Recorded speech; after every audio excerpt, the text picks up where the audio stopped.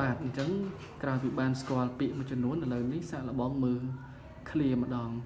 clear នេះយើងឃើញបដាក់ស្រអោយើងអានថាបូចឹងឬក៏អានបោក៏បានដែរបូនឹងញោបូនឬក៏បោនឹងញោបោនបោននេះគឺឋានៈរ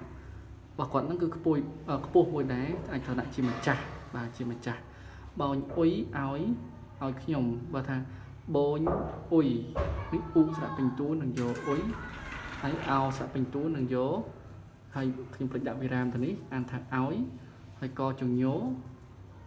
ដាក់ស្អុកមួយទៅហើយអានេះមាននិកហត់មកខ្ញុំអៃដក្បូនបាទក្បូននេះឋានៈគាត់គឺអម្ចាស់អញ្ចឹងតនេះយើងថាឋានៈម្ចាស់តនេះអាចសម្គាល់ថាឋានៈអម្ចាស់អញ្ចឹងឃើញពីរហ្នឹងគឺខុសគ្នាបាទឋានៈនេះធំជាងឋានៈក្បូននេះធំជាងប៉ុន្តែដល់ពេលឈ្មោះគាត់មានតនេះទៀតក្បូនកម្រតាំងអញអញ្ចឹងបើគេថាក្បូនកម្រតាំងអញនេះមិនមែនសំដៅដល់មនុស្សធម្មតាទេគឺសំដៅដល់អាទិទេពហើយអាទិទេពអង្គណាមួយហើយដែលមិនបានបញ្ចេញឈ្មោះបាទអញ្ចឹងសូមអានម្ដងទៀតគឺបូនអ៊ុយអូយខ្ញុំអៃដក្បូនកម្រតាំងអញបាទឬក៏អានតាមសូននៃស្រៈរបស់ខ្មែរយើងភាសាខ្មែររបស់យើងថាបោនអ៊ុយឲ្យខ្ញុំអៃដក្បោនកម្រតាំងអញបាទ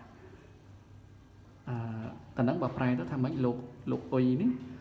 លោកអ៊ុយបោនអ៊ុយនេះគឺលោកអ៊ុយហ្នឹងគាត់ឲ្យខ្ញុំបំរើចំពោះអាទិទេពមួយដែលឈ្មោះថាអាទិទេពមួយនោះឈ្មោះថាក្បោនកម្រតាំងអញប៉ុន្តែក្បោនកម្រតាំងអញនេះសម្រាប់ដល់អាទិទេពនឹងឯងអត់បញ្ជាក់ឈ្មោះទេបាទសំទោសតែថាឲ្យឈ្មោះណាប៉ុន្តែមិនមែនឈ្មោះទេនឹងជាឋានន្តរនាមរបស់អាទិទេពតែម្ដង